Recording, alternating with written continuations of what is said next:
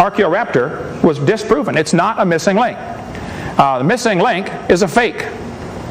USA Today. From the remote province in China, an unusual dinosaur fossil made a mysterious journey from the hands of Chinese smugglers to the National Geographic Society. It's modern paleontology's greatest embarrassment. They found out it sprouted its remarkable tail not 120 million years ago, but only shortly after being smuggled out of China. It's the tale of a tale that has children believing in feathered dinosaurs that never existed. This one was added by an entrepreneurial Chinese farmer. It appears to have fooled another group of scientists as well as editors of the British journal Nature. Soers Olsen, curator of birds at Smithsonian Institute, turned the spotlight on the whole mess. Those involved with the scientific gaffe agreed that Olsen tried to warn officials at National Geographic in a letter sent November 1st, but they wouldn't listen. Both of the faked fossils were intended to support the theory that birds evolved from dinosaurs. Museums including Natural History in New York and also promote exhibits of dinosaur origin of birds. They say birds, Olsen, he still believes in evolution, but he doesn't buy into the fossils that they're being shown. He said these have been discredited. He says it happened independently. He doesn't know how it happened, but he still believes it happened, okay? There's a good article from ICR, my friends down in Southern California. Institute for Creation Research has an article just recently, March of 2000, about Archaeoraptor, if you want to get more on that. Here's Scientific American, March of 2003, still promoting the idea that there were feathered dinosaur feathers. Richard Plum and Alan Brush wrote this article. Which came first? All they have are illustrations designed to visually influence the reader. What we saw tonight was illustrations designed to visually influence you. This is not science, this is imagination, okay? So determined were Plum and Brush that they imagined they had put an end to the continuing debate among evolutionists regarding the origin of birds. We could read the whole article here. I've only got 10 minutes. It was nothing more than speculation devoid of any scientific evidence, but they're defended with furious blind fanaticism over the last few decades. Okay, here's the things you need to consider. They call this Evo-Devo, evolutionary development. It assumes that the developmentary pathways of living things can shed light on their alleged evolutionary histories. Both these foundations are invalid. Alan Fiducia, North Carolina University Department of Biology, one of the world's most prominent authorities on the subject of the origin of birds, and he believes in evolution. Fiducia actually supports the theory of evolution and believes birds emerged through evolution. However, what distinguishes him from the dino bird supporters such as Plum and Brush is that he admits the uncertainty in which the theory of evolution finds itself on the matter.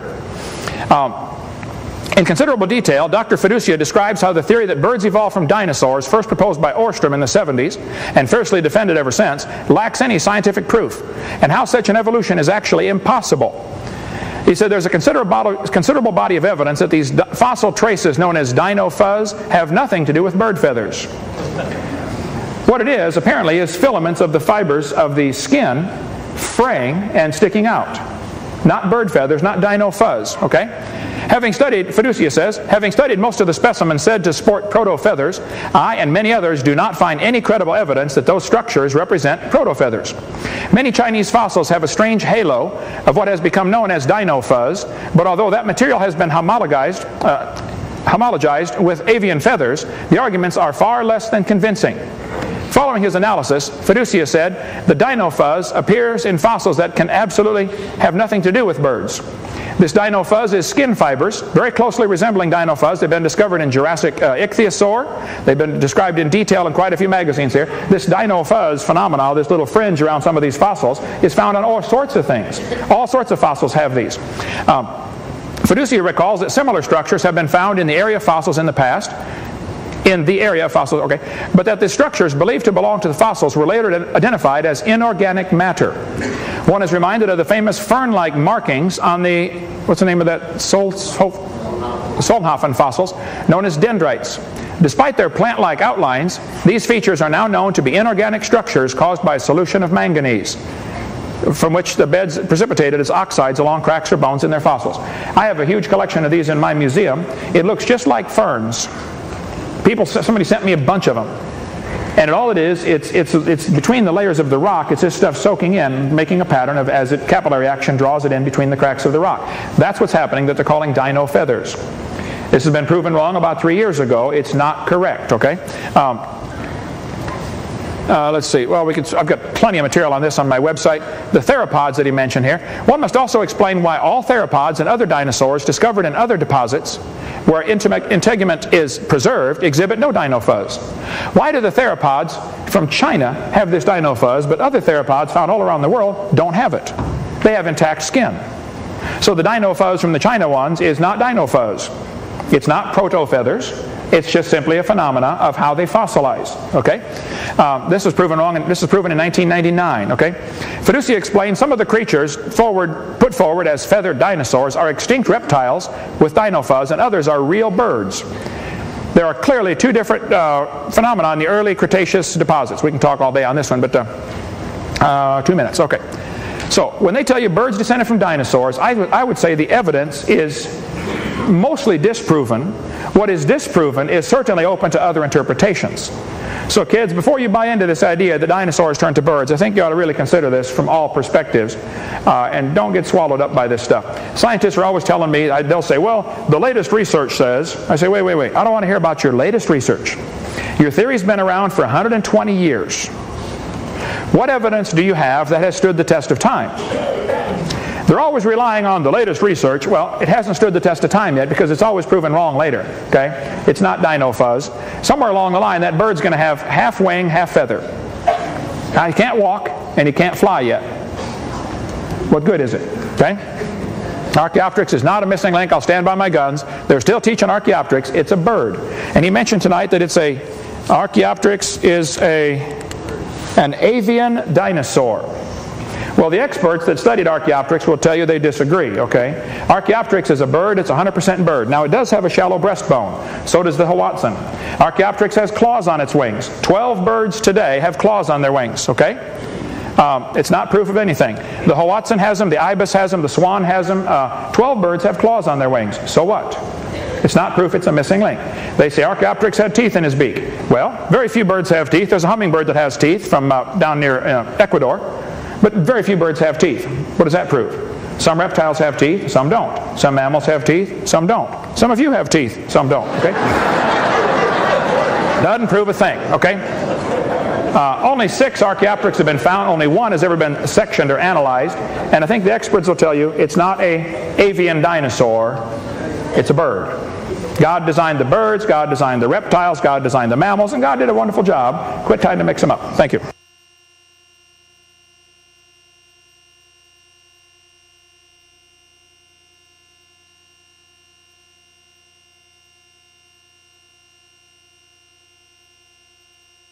Okay, it's not 400 billion.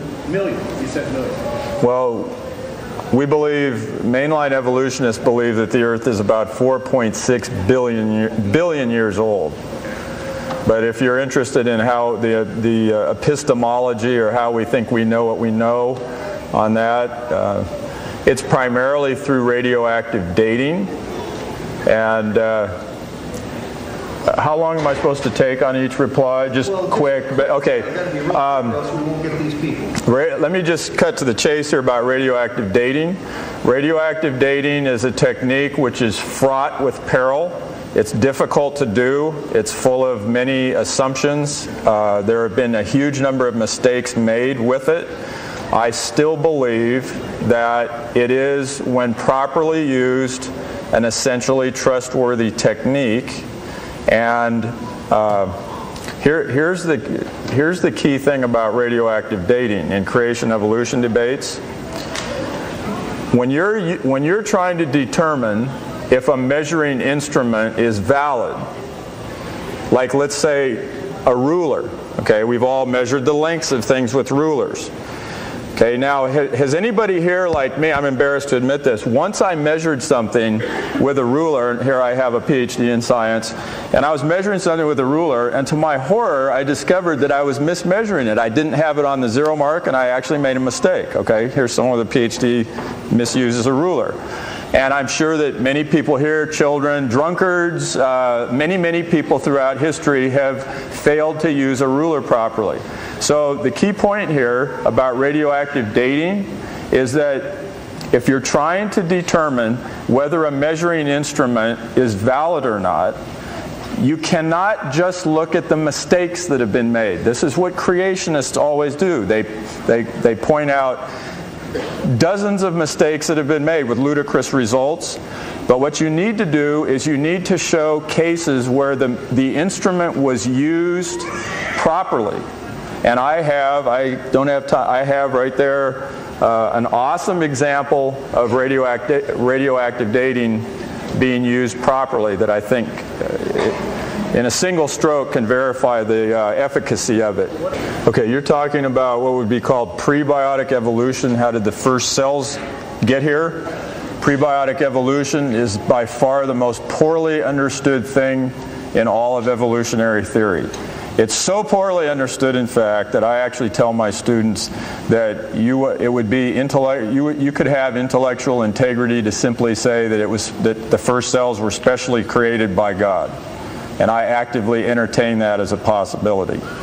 And I'm not just saying that. I really, truly entertain that as a possibility. I still think you give us about 25 years, and I think we'll solve that problem.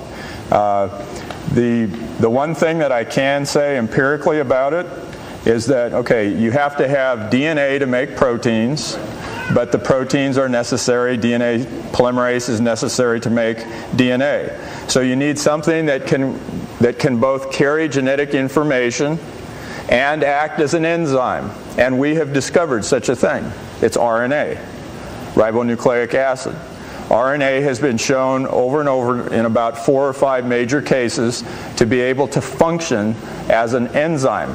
For example, in the ribosome, the huge assembly that synthesizes proteins, it's been proven that the active site in that assembly, the part where amino acids are actually being placed into proteins, the active site is RNA. The closest protein is 18 angstroms away, which is light years away in biochemistry. So it by no means comes close to solving the entire problem, but RNA is a huge step toward solving this chicken and egg problem, because RNA can do both. Yeah, I would say they're very far from a solution in spite of enormous federal tax dollars spent to try to solve this problem, because it's unsolvable. The fact of the matter is they're just so complex. I think you could point out that most of the books in the library around here are based on the same 26 letters of the alphabet. So if I go through a book by Shakespeare and a book by somebody else and find out, Shakespeare uses the letter E, 18% of the time, and some other author uses the letter E 18% of the time. Does that prove a similarity? Well, yeah, that's how often you use the letter E. Does that prove the books are related? No. I think all of the research being done on proteins of different creatures showing the similarities is evidence for common designer. And I resent that the textbooks in your town, and most towns, only present the kids with one view. They show the kids the evidence, the similarities of DNA, and say, see, this is proof of a common ancestor. Oh, that's too complex. It doesn't change. It's proof of a common designer, that's all. The RNA-DNA chicken and egg problem is a very serious problem. And even if they could imagine a scenario how it could happen, again, you're back to imagination, not science. One student said to me, he said, what are you going to say if scientists make life in the laboratory? I said, well, I guess that's going to prove it takes intelligence to make life, isn't it? That's what it's going to prove. The purpose of tonight's debate was to discuss, is there evidence for evolution? I'm not asking the taxpayers to pay for my theory to be taught in the schools. If I was, the burden of proof would be on me. Since he's asking the taxpayers to pay for his religion to be taught, then the burden of proof's on him. Where's the evidence? I don't think we saw any tonight. So you have nothing to be upset about, except that I think the purpose of the debate was fulfilled. We're supposed to see, is there evidence for evolution? That was the purpose of the debate. We could debate the evidence for creation, I think, but that's like saying, we need to light a candle to see the sun. The evidence for creation is all around us. It is the evidence for creation is a very powerful evidence, is the absolute impossibility of the contrary. In logic, if I said, I believe a lake out there is only got water for the top 5 feet, the rest of it's air under the water. That is logically impossible. Water is heavier than air, so it falls. For someone to say a complex machine like a watch happened by chance, that is logically impossible. Even though I've never seen the designer of this watch, I believe he exists, because it's impossible for there not to be a designer. When you see a house, there must be a builder. When you see a creation, there must be a creator. So the evidence for the creator is in the creation.